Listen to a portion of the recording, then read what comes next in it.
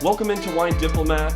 My name is Yurika, and today we're going to do something fun and cool that I hope is as entertaining it is for you as it will be for me. Because what we'll be doing is blind tasting 3 wines. Now, whenever I'm in a wine shop or I'm talking with a couple of my friends, I inevitably get asked like, "Is it real? Is it true that people can actually blind taste things and tell the difference between a $5 wine and a $25 wine?" And the answer is hopefully, because that's what we're going to be trying to do today. I do know that we have 3 different Shirazes, but I do not know what bottles they are. I do not know exactly how much they cost, but my wife went out and she has challenged me with 3 wines, ranging anywhere from under $10 to under $30. So what we'll do is I'll be tasting each wine randomly, kind of giving my thoughts on it, and then I'm going to guess which is the least expensive, the middle, and the most expensive. So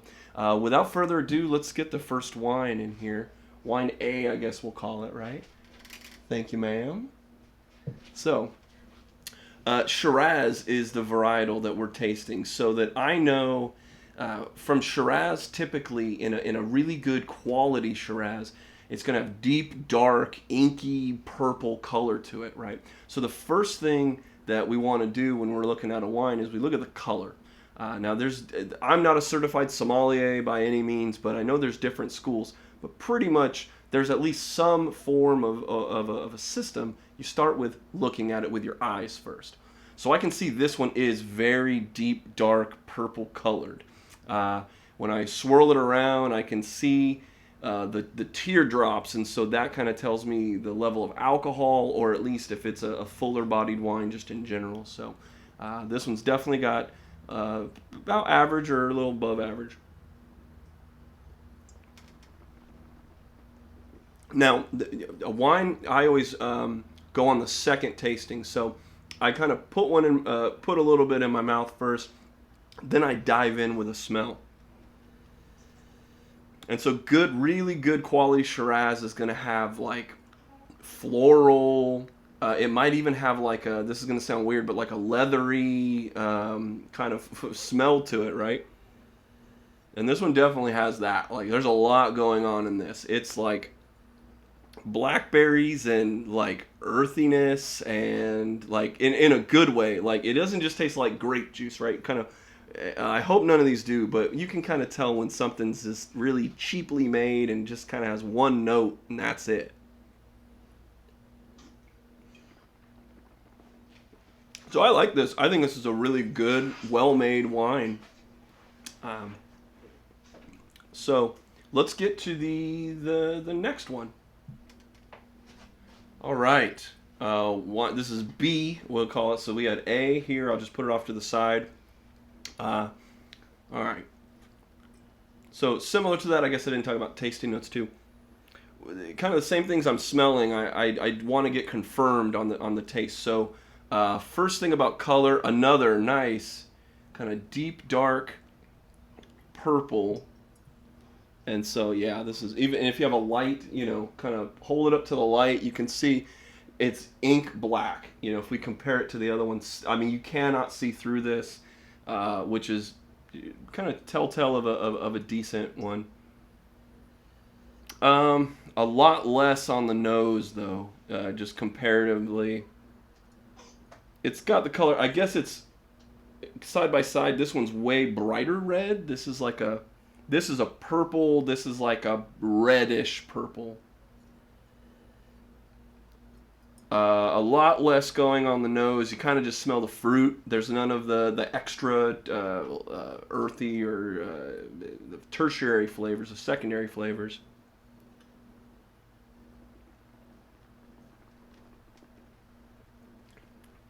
Yeah, way less going on here. Um, this is like a little more jammy, fruity, not so much complex, but yeah, this is. I mean, it's good. I mean, I would drink this, but this is kind of like a little more I would think this is going to be on the less expensive side. So I'll put that over here. That's B. Let's do C. I'm ready. I love this stuff. This is fun. All right. So this is C. Moving around here. Kind of darker than this one, but not as dark as that one. If I'm going side by side, I mean, we're splitting hairs here, but when I'm looking at color, oh yeah, and especially seeing these. First thing is color.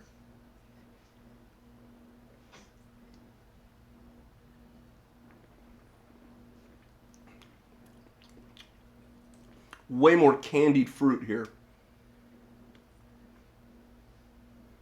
So, and again, on the smell, this one's kind of got a little bit more going on the nose, but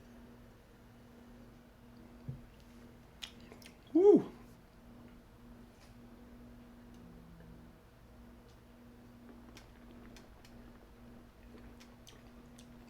My wife is off camera giving me a stare. She thinks that this is.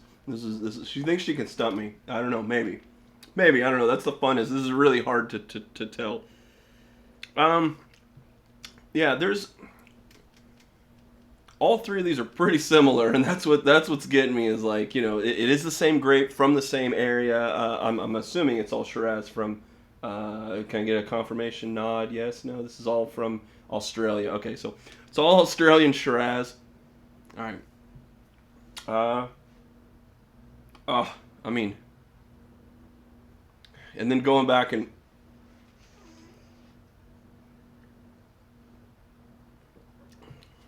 all right.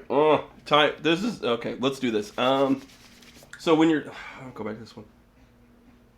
I mean, so much more. I mean, absolutely. There's now that I've gone through these, there's like a. I mean, it's flowers and it's and fruit, but it's not just fruit. Like it's not just sticking a bunch of berries in your face.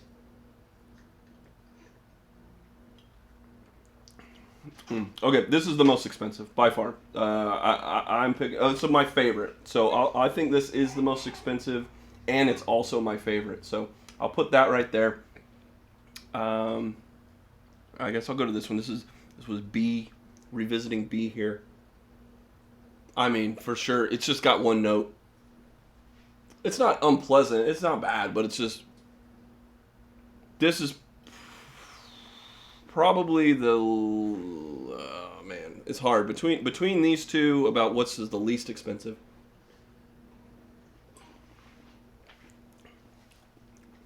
I mean, it's pleasant. It's a good. If this is like if this ends up being the most expensive, it's not a bad wine, but. And then this was C. My kitty cat came up. What do you got, baby? I'd pick her up, but she's so scared I can never pick her up. You're going to be on camera soon, sweetheart. Okay, all right. Enough of this. I think, man. So this one has not good. It's not a very expressive nose, and it's very light in color. I think this is the least expensive. This one though has more on the nose, but the taste is not that much different.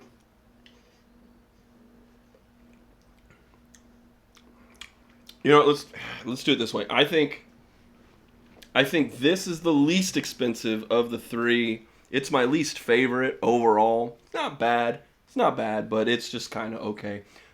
B I've got as the second most expensive. Again, it's good, but none of them compare to C or to A, which I think is the most expensive. Yeah, I could sit here and smell that at A. Okay, so A, B, C. I guess let's go with what I thought was the most expensive. Let's start with A. What is A? Which one is? Oh no! I'm so nervous. I don't know. Did I get it wrong? Did I get it wrong? Okay, so this is A. And A is Jim Barry Lodge Hill Shiraz from the Clare Valley. Okay, this is pretty cool. This is the most expensive one. This one's about $18.99, under $20 though.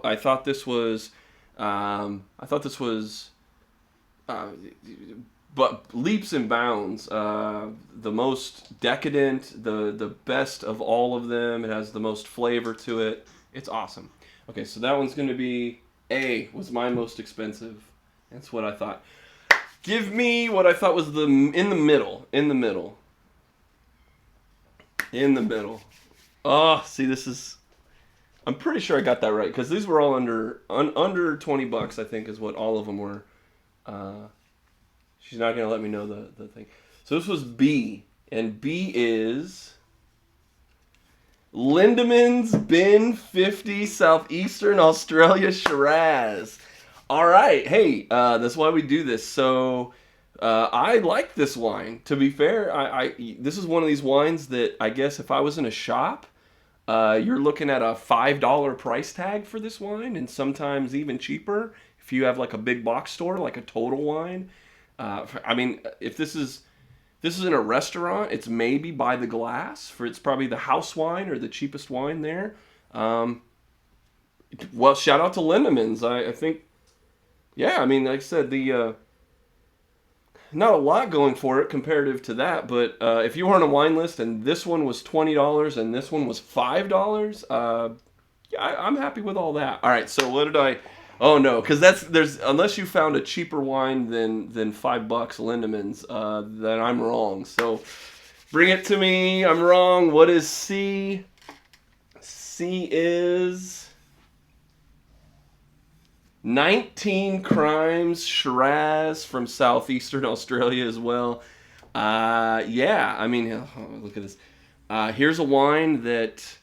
I mean, I'm sure we've all seen this in grocery stores, big box stores, Costco, warehouse, things like that. I'm sure it's on most wine lists as kind of they're inexpensive. But the thing is that this is like a $10 to $12 wine, depending on where you're at in the country.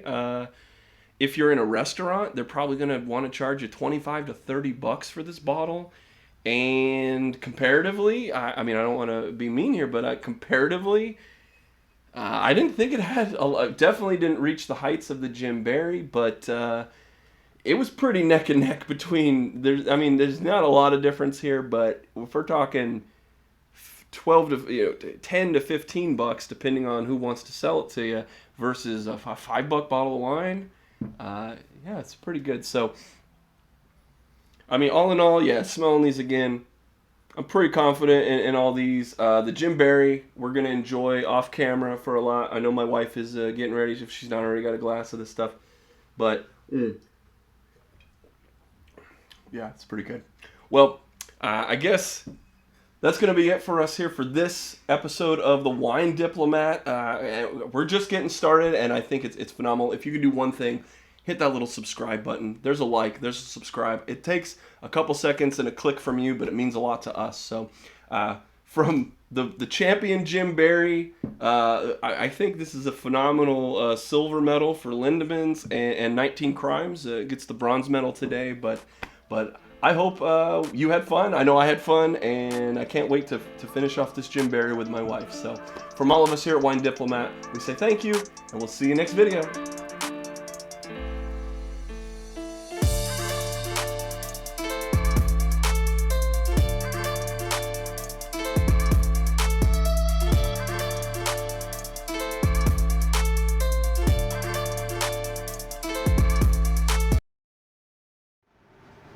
Lindemans is still my favorite.